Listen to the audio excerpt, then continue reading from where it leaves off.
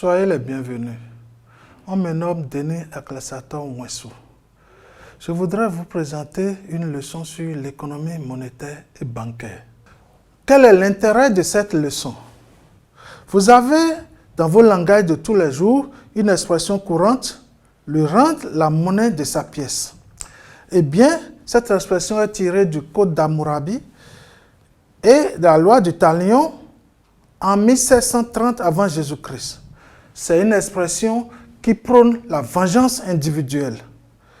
Mais cela dénote par ailleurs la présence de la monnaie dans nos habitudes quotidiennes, à savoir dans les dépenses, dans les paiements.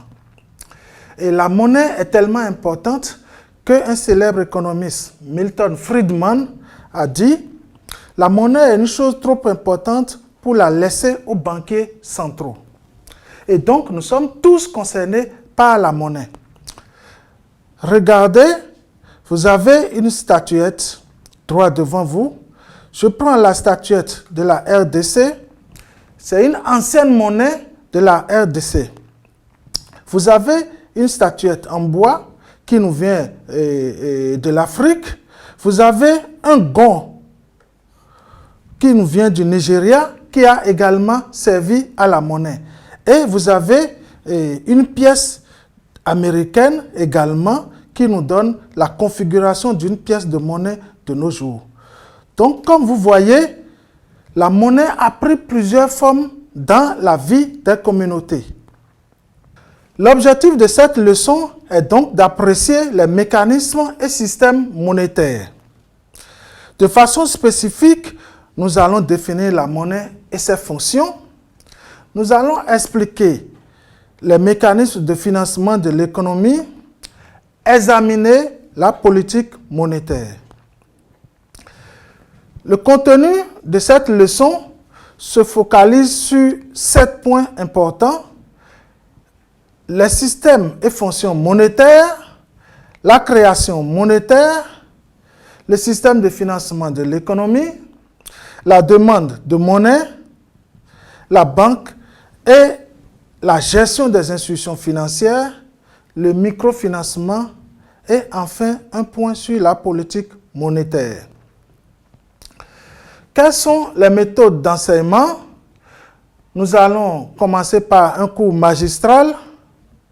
Nous allons organiser les travaux dirigés en groupe restreint, vous mettre à disposition des documents de travail pour lecture complémentaire et vous indiquer des travaux personnels à faire par vous-même. La méthode d'évaluation, pour nous assurer que vous avez bien compris l'essentiel, il y aura un contrôle continu pour environ 40% et un examen final sur lequel vous allez vous expérimenter qui va compter pour environ 60%. Les lectures conseillées. Eh bien, je me suis permis de vous suggérer 2 travaux publiés par moi-même sur les pratiques de gouvernance et crise des institutions de microfinance au Bénin et puis le taux d'intérêt effectif, fiabilité financière, financement des petits opérateurs économiques par les institutions de microfinance. Ceci pour vous plonger dans la spécificité de la finance africaine. Je vous recommande également l'ouvrage de Dewar Tripont et de Tirol, également l'ouvrage de Longate et Vanover sur l'économie générale, l'ouvrage de Mankiw en macroéconomie et un ouvrage très important que je vous recommande de lire de Mishkin, Borders, Hawker, Lacour-Labarthe sur monnaie, banque et marché financier. Et enfin, l'ouvrage de Science sur monnaie et finance. J'ai aussi indiqué pour votre lecture complémentaire quelques sites que vous avez à l'écran. Vous allez visiter ces sites et lire le complément à cet enseignement. Comme nous venons de voir, nous avons examiné l'historique de la monnaie, l'importance de la monnaie dans nos habitudes quotidiennes. Et pour commencer, la prochaine leçon va s'intituler « Système et fonctions monétaires ». Je vous remercie.